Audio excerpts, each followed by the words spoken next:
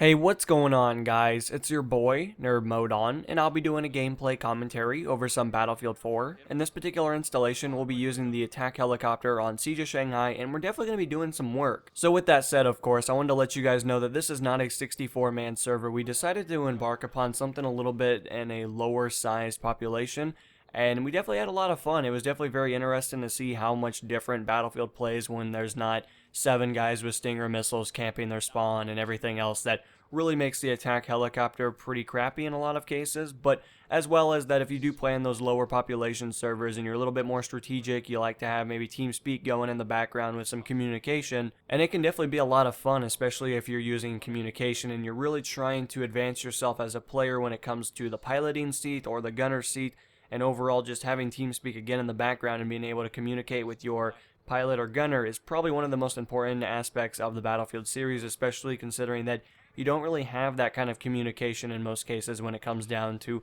jumping in a vehicle with a bunch of other players that you probably don't know. But when it comes down to the main gist of it, I just wanted to let you guys know that, this is not a full population server like I said before, as well as towards the second half of the gameplay, you guys will notice that I am unfortunately not going to be flying anymore, so the other person decides to be very aggressive on their spawn, so I do apologize if you guys are very anti-spawn rape, but unfortunately there's not a whole lot I could do. I could not shoot and not get the kill, but I'm sure he would have killed him anyways. So overall, I mean, it worked out pretty well, I guess, for us, but I imagine on the opposite team that they probably weren't enjoying this overall experience as much as they had probably anticipated once joining the game. But when it comes down to it, guys, I really enjoy Siege of Shanghai. I wish it was kind of like the beta in a lot of aspects, considering that if you guys recall, if you guys maybe were pilots or maybe you just really tried to test the boundary line, in the beta you had the ability to go farther back in the map, which really made it a lot better when it came down to the flight mechanics, especially in Battlefield 4. Now, of course, in the beta the movement was not as great as it is now. It wasn't as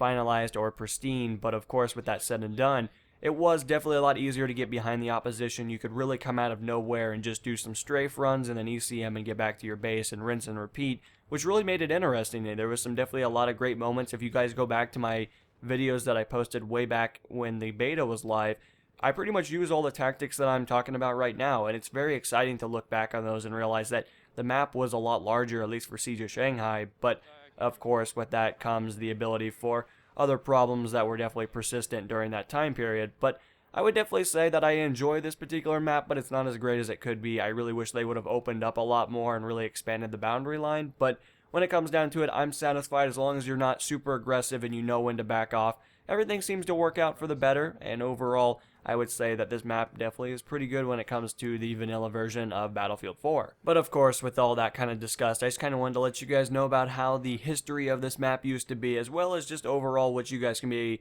expecting when you were watching the video. But I would definitely say I enjoy the attack helicopters when it comes to Battlefield 4. I mean, are they as great as they could be? Of course not. I think we all kind of look at them as paper death machines in the air in some aspects, considering that they can dish out a ton of damage, but unfortunately they have paper armor that seems to get ripped through by pretty much any weapon in the game, and considering that Battlefield has definitely taken a new direction in the ability for easy or non-skilled players to shoot down anything in the air with iglas and stingers and more nor less anything at their disposal, it definitely impacts the game a little bit more than I think it did in Battlefield 3, but I definitely enjoy it a little bit more in some aspects, considering that I was not a very good pilot in Battlefield 3, long and behold, when it came to the PC side. Now, on console, back when I was, playing on the console platform, I was definitely really good. I thought myself to be probably one of the top 10% maybe that played Battlefield on the console side, considering that I did understand the fundamentals of the flight mechanics, the ceilings, and overall all that information that a lot of the pilots probably used, and it was a little bit more vital